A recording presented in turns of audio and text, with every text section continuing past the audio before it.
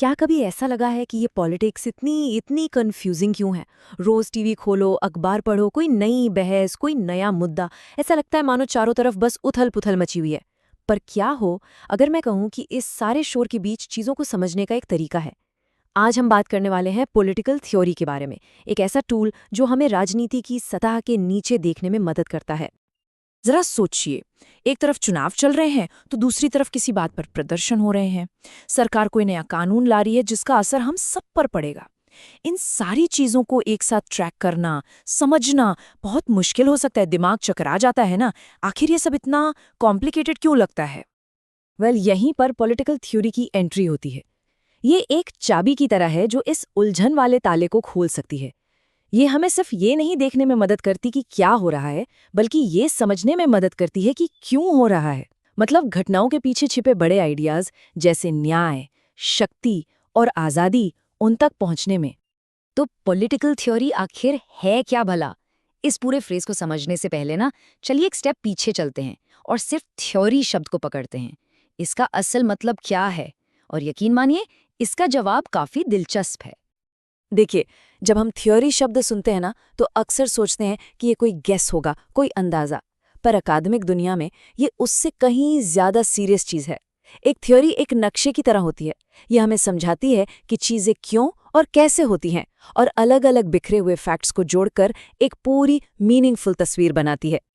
और इस शब्द के असली मतलब की जड़ तक पहुंचने के लिए हमें टाइम में थोड़ा पीछे जाना होगा, एंशिएंट ग्रीस में। इंग्लिश का शब्द थ्योरी असल में ग्रीक शब्द थियोरिया से आया है, और इसका ओरिजिनल मतलब आज भी उतना ही पावरफुल है।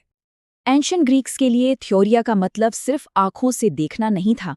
इसका मतलब था समझने की नज़र से देखना, एक खास वे ऑफ सीइंग। इसे ऐसे समझिए कि एक थ्योरी एक खास रंग के चश्मे की तरह है। अगर आप लिबरलिज्म का चश्मा पहनेंगे तो आपको इंडिविजुअल फ्रीडम सबसे ज़रूरी दिखेगी। वहीं अगर आप मार्क्सिज्म का चश्मा पहनेंगे तो आपको हर जगह क्लास स्ट्रगल नजर आएगा। नज़रिया बदल जाता है। तो सवाल ये है कि एक छोटा सा ऑब्जर्वेशन या एक नज़रिया एक पूरी की पूरी थियोरी में कैसे बदल जाता है। ये एक प्रॉपर जर्नी है जिसमें कुछ बहुत ज़रूरी स्टेप्स होते हैं।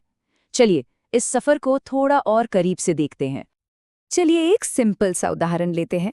मान लीजिए किसी ने नोटिस किया कि कई देशों में अमीर लोग गरीबों के मुकाबले ज़्यादा वोट डालते हैं। ये हो गई एक घटना। फिर एक आइडिया आया कि शायद ऐसा इसलिए है क्योंकि उनके पास ज़्यादा रिसोर्सेज और जानकारी होती है। ये हुआ एक दृष्टिकोण।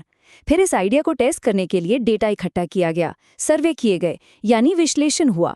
और अगर सबूत इस बात को सपोर्ट करते हैं तो ये एक थ्योरी बन सकती है जो समझाती है कि वोटिंग बिहेवियर में सामाजिक आर्थिक स्टेटस का क्या रोल है। इसे समझने का एक और आसान तरीका है। जैसे साइंस में हमारे पास E=mc² जैसे फॉर्मूले होते हैं जो बड़ी बड़ी चीज़ों को सिंपल तरीके से एक्सप्लेन कर देते हैं, ठीक वही काम पॉलिटिक्स में थ्योरी करती है। ये इस कॉम्प्लेक्स पॉलिटिकल दुनिया को समझने के लिए हमारे मेंटल फॉर्मूला हैं, हमारी टूल्स हैं। ठीक है, तो अब हम ये समझ गए हैं कि थ्योरी क्या है, लेकिन असली सवाल तो ये है कि हमें इसकी परवाह क्यों करनी चाहिए। मतलब हमारी रोज की जिंदगी में या दुनिया को समझने में ये हमारी क्या मदद करती है। सीधे शब्दों में कहें तो थ्योरी बिखरी हुई चीजों को एक साथ लाती है। वो हमें ये समझने में मदद करती है कि लोग किसी खास तरीके से वोट क्यों देते हैं, कुछ देश युद्ध क्यों करते हैं और कुछ क्यों नहीं, या फिर क्रांतियां क्यों होती हैं। ये हमें शोर के बीच सिग्नल ढूंढने में मदद करती है। हाँ, पर एक बात याद रखना बहुत जरूरी है। पॉलिटिकल थ्योरी फिजिक्स की थ्योरी जैसी नहीं होती। आप किसी लैब में डेमोक्रेसी को टेस्ट नहीं कर सकते, है ना?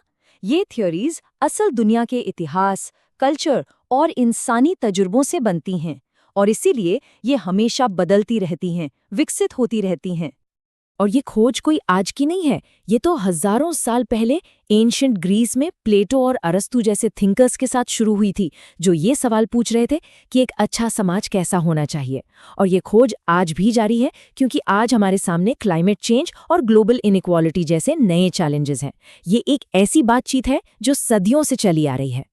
तो अब तक हमने समझा कि पॉलिटिकल थियरी क्या है और ये क्यों जरूरी है।